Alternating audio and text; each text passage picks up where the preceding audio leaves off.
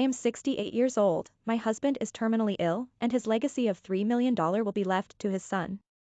I want to spend it. Hello, please help me. I am a 68-year-old woman married 17 years to the love of my life. Our finances have always been separate, and I signed a prenuptial agreement acknowledging that his son will inherit his estate held in a living trust. I get our home, and he is leaving me $350,000 in his will. The husband took a lump Social Security payout before we met. We have always lived debt-free, and I have a nice 2020 vehicle. While I live a modest lifestyle, his health has prevented us from enjoying a vacation for 8 years. I am eager to travel more in the future. My husband is terminally ill and will likely live only another year or two. His medical bills are not my responsibility. In 2019, we built a new home. Although its exact value is unknown, I will probably clear about $800,000 for this asset. Expecting I will purchase a smaller home upon his passing. I get Social Security and a pension, and now collect about $20,000 total annually. I have been an ambitious saver and now have reached about $350,000 earning good money on my mutual fund. Other stock is worth about $20,000. And I have a 457 account worth $65,000. I have $60,000 in savings and $20,000 in checking currently. I have never removed a dime from my investments, and doubt much will change that would necessitate this until I am alone. My husband pays our living expenses now. My goal is to enjoy the remainder of my life, leaving as much money as possible to my 4 siblings. Sounds pretty good to me. But I have been taking risks holding my savings in stocks to earn an annual realized return of more than 15%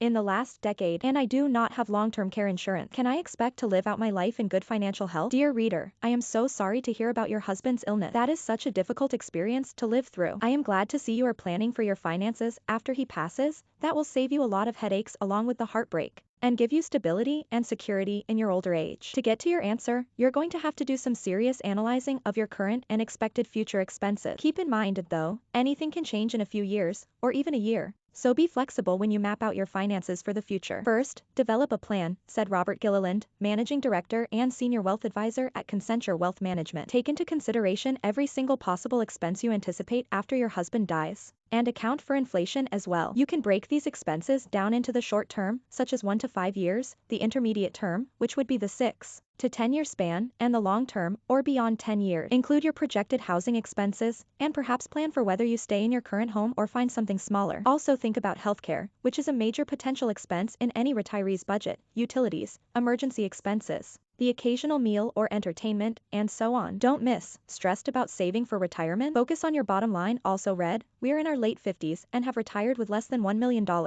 Did I jump the gun?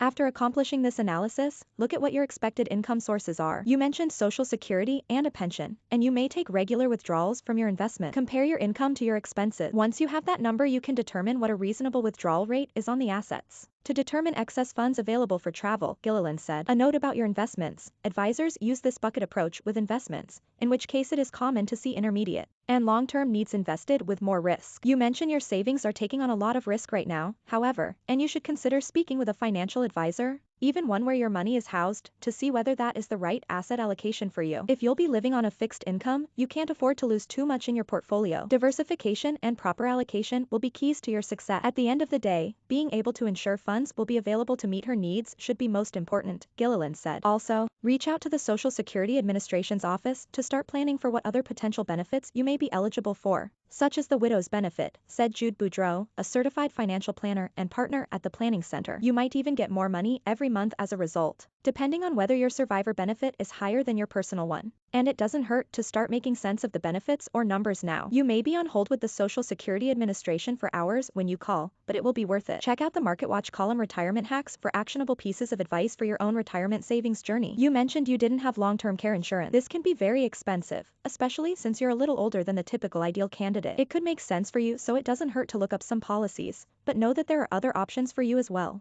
such as hybrid policies that could offer long-term care to you and a possible death benefit to your siblings. Some annuities have long-term care riders, though you should vet these products thoroughly before jumping in. This isn't financial advice, but it is still important. Stay active and take your health seriously. Take long walks, try to maintain a healthy diet, and keep in touch with loved ones, now and after your husband dies. These daily activities make a world of difference for one's elder years. Also see, the millions you save for retirement aren't worth much if you're not healthy enough to enjoy it. Here are a few other suggestions. Gilliland said he always recommends taking a year before deciding whether or not to move after losing a spouse. because that time is so emotional and people may make decisions they ultimately regret. You might want to start doing some calculations now and talking to your husband for his input. You mentioned a prenuptial agreement, but those don't preclude someone from gifting to their spouses during the marriage. If the trust you're referring to is an inter vivos or revocable trust, your husband could gift you some money now without tax consequences while he is still alive. Of course, this might feel like a sticky situation, and in no way is this suggestion meant to stir any drama between you and your husband and his son, but it doesn't hurt to ask your husband what he thinks, Boudreaux said. It's worth exploring.